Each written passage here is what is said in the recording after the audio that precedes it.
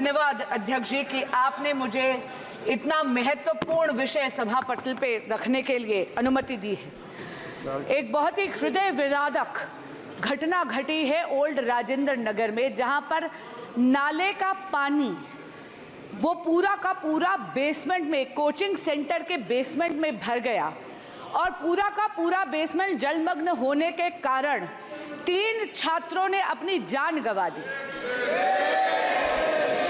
ये बच्चे तेलंगाना, उत्तर प्रदेश और केरल से आए थे। अध्यक्ष जी, ये दिल्ली में आईएएस एग्जामिनेशन की तैयारी करने के लिए आए थे, अपना भविष्य उज्जवल करने के लिए आए थे। लेकिन बहुत दुख से मुझे कहना पड़ता है कि दिल्ली सरकार की लापरवाही, यहाँ तक कि आपराधिक लापरवाही के कारण इन बच्चों ने अपनी जान गंवा दी। अध्यक्ष जी, the cause of death of these 3 students is the utter and absolute apathy of the Aam Aadmi Party ruling dispensation in Delhi.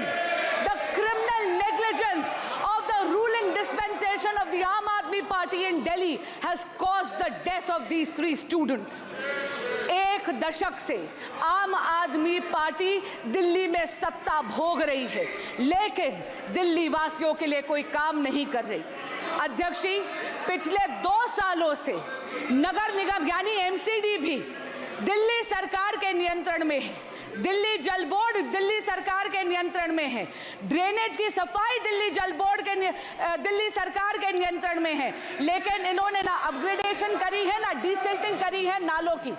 एक बहुत इंपॉर्टेंट बात इसमें कहना चाहूंगी, ओल्ड राजेंद्र नगर में जो हुआ 22 जुलाई 24 जुलाई 2 दिन से लगातार वहां के स्थानीय विधायक, वहां के स्थानीय पार्षद, वहां के अधिकारियों को लगातार स्थानीय निवासी इसकी शिकायत कर रहे थे। विधायक जी व्यंग तो कर रहे थे, लेकिन उन्होंने कोई एक्शन नहीं लिया। मेरा आपसे निवेदन है कि गृह मंत्रालय से अनुरोध करती हूं कि एक जांच समिति बनाई जाए, जहां पर ये जो दिल्ली सरकार जो केवल प्रचार प्रसार और भ्रष्टाचार में लिप्त है, इसमें इंक्वायरी बिठाई जाए। दिल्ली की नालों की सफाई क्यों नहीं करी जाए? दिल्ली जल बोर्ड चरमराती हुई व्यवस्था में क्यों है? Sir, I have just visited the hospital. I've just visited the hospital and met with the uncle of the boy from Kerala who unfortunately lost his life on the weekend, sir. It's a shocking situation, and I have to say that when you have a brilliant student, all the dreams of serving the nation through taking the UPSC exam have been shattered, and the hopes of the family have been shattered, sir. This is a matter which obviously calls for compensation, but no compensation can be enough for the tragic loss of life of a young man cut short in his prime, sir. Now, there are a number of serious issues that need to be addressed, as the previous speaker has pointed out. There is, sadly, a level of violations of basic norms when it comes to building codes, fire safety, flood safety, and so on. That is rampant in the city. The corporation also has responsibility on this. So wait, I have seen in the hands of a journalist a certificate of clearance issued on the 9th of July, sir, by the corporation, allowing these people to do what they're doing, saying they're in compliance. Now, this kind of thing will have to be corrected, sir. At the same time, drains have to be cleaned. They're choked and clogged. Sir, let me just finish.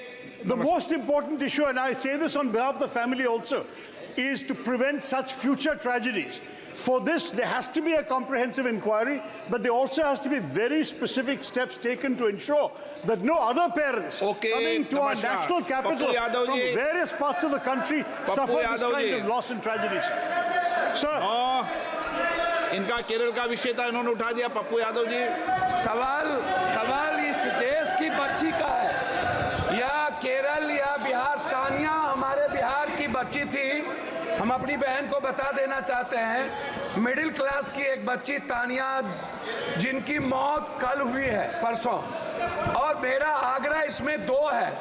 मैं ना BJP और आम आदमी party की आलोचना में पूरे देश के बच्ची जो 60% बिहार ओके। एसएससी यूपीएससी करने आते हैं या बाहर कोटा, लगातार हमारे कोचिंग, अध्यक्ष महोदय, लगातार कोचिंग का मानक गाइडलाइन गवर्नमेंट के द्वारा नहीं होना, सुरक्षा की व्यवस्था नहीं होना, और एक घटना नहीं, अध्यक्ष महोदय एक मिनट, एक बार घटना नहीं घटी है, बार बार ये चर्चा आपके माध्यम से उठता है, आप इसको संरक्षित करते हैं, लेकिन इस पर माननीय अध्यक्ष जी, ये बहुत ही दर्दनाक घटना है और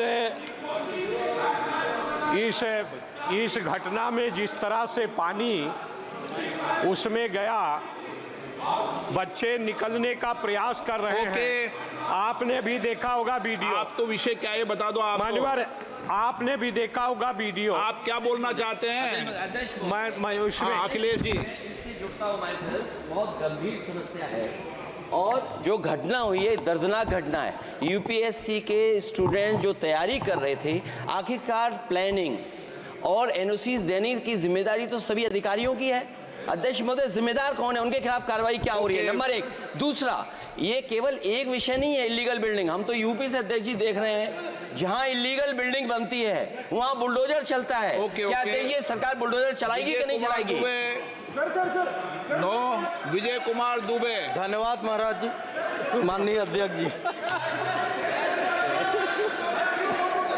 माननीय अध्यक्ष जी, आपके माध्यम से विजय कुमार दुबे जी, धन्यवाद माननीय अध्यक्ष जी, आपके माध्यम से मैं खेल कूद मंत्रालय का ध्यान आकृष्ट कराना चाहता हूं कि जिस तरह से हमारे यशस्वी प्रधानमंत्री माननीय नरेंद्र मोदी जी ने इस देश में खेल और खिलाड़ियों को लगातार प्रोत्साहन देने का कार्य किए हैं, जिस तरह से इस देश का सम्मान खेल कूद से जोड़ने का कारण आज अभूतपूर्व सफलता इस देश ने प्राप्त किया है, चाहे ओलंपिक्स गेम हो, चाहे एशियाड गेम्स हो। आप निरंतर आपकी बात कहे हैं, क्या कहना चाह रहे हैं? खेल कूद, हाँ तो बात कहे ना, आप लंबा भाषण मत दें। नहीं जी, खेल कूद में निरंतर स्वर्ण पदक प्राप्त किया है। मैं आपके माध्यम से इस बात को रखना चाहता हूं कि आज ग्रामीण अंचल में इस तरह से अभूतपूर्व सफलता के क्रम में गांव-गांव मिनी स्टेडियम का निर्माण तो कराया गया,